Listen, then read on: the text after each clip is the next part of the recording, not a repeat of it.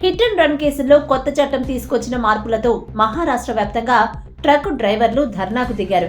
ఎక్కడికక్కడ వాహనాలను నిలిపివేశారు. ఇందులో పెట్రోల్, డీజిల్ ట్యాంకర్లు సైతం ఉండడంతో ఇప్పుడు మహారాష్ట్ర వ్యాప్తంగా పెట్రోల్ కొరత ఏర్పడింది. విషయం తెలుసుకున్న వాహనదారులు పెట్రోల్ బంకులకు క్యూ కట్టారు.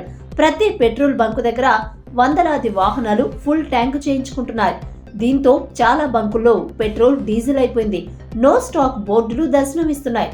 ముంబై, థానే, నాగపూర్, పూణే, నాసిక్ తో పాటు అన్ని ప్రాంతాల్లోనూ ఇదే పరిస్థితి నెలకొంది. ప్రతిరోజు ఆయిల్ డిపోల నుంచి 900 నుంచి 1200 ట్యాంకర్లు పెట్రోల్ బంకులకు ఇంధనం సరఫరా చేస్తుంటాయి. ప్రస్తుతం వీటిలో కేవలం 250 ట్యాంకర్లు మాత్రమే తిరుగుతున్నాయి. ఇవి కూడా నిలిపివేస్తామని ప్రకటించాయి ట్యాంకర్ యజమానుల సంఘం. దీంతో మరో 24 గంటల్లో అంటే జనవరి 3వ తేదీ నుంచే మహారాష్ట్ర వ్యాప్తంగా అన్ని పెట్రోల్ బంకులు ఖాళీ అవుతాయని ప్రభుత్వం అంచనా వేస్తోంది. దీంతో లారీ యజమానుల సంఘాలతో చర్చలు జరుపుతుంది.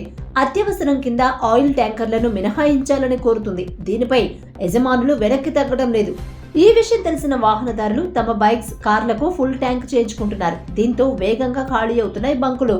హిట్ అండ్ రన్ కేసు విషయానికొస్తే చట్టంలో మార్పుల తర్వాత ఎవరినైనా వ్యక్తిని ఢీకొట్టి వెళ్లిపోతే ఆ కేసులో 10 లక్షల జరిమానా, గరిష్టంగా 10 ఏళ్ల జైలు శిక్ష విధించే విధంగా ఇటీవల కేంద్ర ప్రభుత్వం చట్ట సవరణ చేసింది.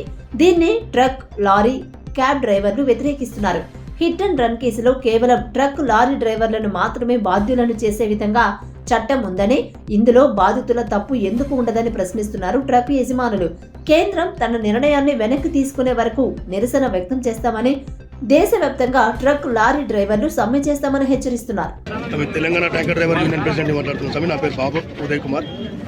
ఏం లేదు, ఈ డ్రైవర్లకి చాలా ఇబ్బంది జరుగుతుంది. ఈ డ్రైవర్ల సమస్య పైన ఏదైతే జియో చేయాలనుకుంటున్నారో అమిత్ షా మరియు మోడీ గారు, అదైతే కరెక్ట్ కాదు. ఎందుకంటే మేము ఉన్న సమస్యలే మేము ఇక్కడ గతి లేక ఇక్కడ ఏం చేయలేక వచ్చి ఇక్కడ డ్రైవర్ డ్యూటీ చేస్తుంటే మా దగ్గర 10 లక్షలు అనేది ఎక్కడ ఉంది, కేసులు అనేది 10 ఏళ్ళు జైలు శిక్ష అనేది ఎక్కడ అనుభవిస్తామో, మా భార్య పిల్లలు ఏం కావాలో అని మేము కోరుకుంటున్నాము. ఇంకోటి, జియో పాస్ కాకముందే ఏదున్నా కూడా మీరు దయచేసి ఈ పంపు డీలర్లే కానీ అన్నే కానీ దయచేసి అందరూ మాకు మద్దతు చేయాలనుకుంటున్నాము. ఈ ట్యాంకర్ డ్రైవర్లు అందరూ మొత్తం శాంతియుతంగా చేస్తాము. ఇక్కడ ఆస్తి దంశాలు కానీ ఎక్కడ అద్దాలు కానీ ఇట్లాంటివి ఏం చేయట్లేదు. మా సొంత నిర్ణయంతో ఆస్తి దంతం ఏం చేయకుండా శాంతియుతంగా మేము ఆపుకుంటున్నాము. దయచేసి మీరు అందరూ మద్దతు చేయాలని కోరుకుంటున్నాము.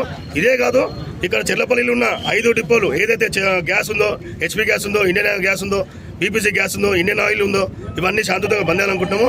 స్వామి, రేపు ఏది జరిగినా కూడా దయచేసి మేము కోరేది ఒకటే విజ్ఞప్తి ఏంటంటే, మేము ఓనర్ల దగ్గర పనిచేస్తే ఓనర్ మాకు గ్యారంటీ ఇవ్వగలుగుతా అంటే మేము చేయడానికి మేము రెడీగా ఉన్నాము. దయచేసి మీరు అందరూ మద్దతు చేయాలనుకుంటాం. మీరే కాదు, రోడ్డు మీద నడిపించే రవాణా శాఖ అందరు కలిసి కూడా మాకు మద్దతు చేయాలని కోరుకుంటున్నాము. రామచంద్ర సార్.